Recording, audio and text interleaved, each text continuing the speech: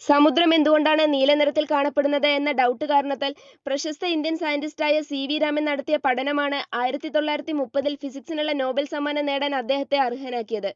പ്രകാശത്തിന്റെ തരംഗദൈർഘ്യത്തേക്കാൾ വളരെ കുറഞ്ഞ വലിപ്പമുള്ള അന്തരീക്ഷത്തിലെ വാതക തന്മാത്രകളുമായി കൂട്ടിമുട്ടുമ്പോൾ പ്രകാശം ചിതറിത്തെറിക്കുന്ന പ്രതിഭാസമാണ് റേലീ സ്കാറ്ററിംഗ്.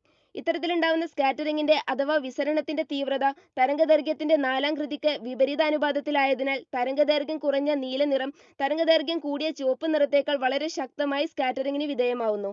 ഈ പ്രതിഭാസം കാരണമാണ് ആകാശം നീല നിറത്തിൽ കാണപ്പെടുന്നത്. സ്കാറ്ററിംഗ് സംഭവിച്ചതിനു ശേഷം പ്രകാശത്തിന് അതിന്റെ ഊർജ്ജത്തിലോ തരംഗദൈർഘ്യത്തിലോ മാറ്റം സംഭവിക്കാത്തതിനാൽ റേലീ സ്കാറ്ററിംഗിനെ ഇലാസ്റ്റിക് സ്കാറ്ററിംഗ് എന്ന് വിളിക്കുന്നു. ലേസർ പോലുള്ള പ്രകാശം ഒരു സാമ്പിളിൽ തട്ടുമ്പോൾ സ്കാറ്ററിംഗ് സംഭവിക്കുന്ന പ്രകാശത്തിന്റെ ഊർജ്ജം നഷ്ടമാവുകയോ അല്ലെങ്കിൽ നേടുകയോ ചെയ്യുന്ന പ്രതിഭാസമാണ് ഇൻഇലാസ്റ്റിക് സ്കാറ്ററിംഗ് അഥവാ രാമൻ എഫക്റ്റ്.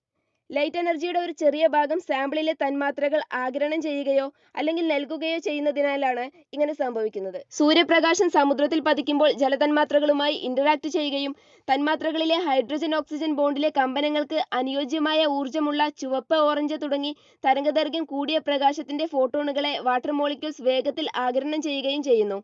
അതിനാൽ ആഴം കൂടുന്തോറും ചുവപ്പ് നിറം പൂർണ്ണമായി ആഗിരണം ചെയ്യപ്പെടുകയും ജലതന്മാത്രകൾ നീലപ്രകാശത്തെ എല്ലാ ദിശയിലേക്കും സ്കാറ്റർ ചെയ്യിക്കുകയും ചെയ്യുന്നതിനാൽ സമുദ്രം നീല നിറത്തിൽ ദൃശ്യമാവുന്നു.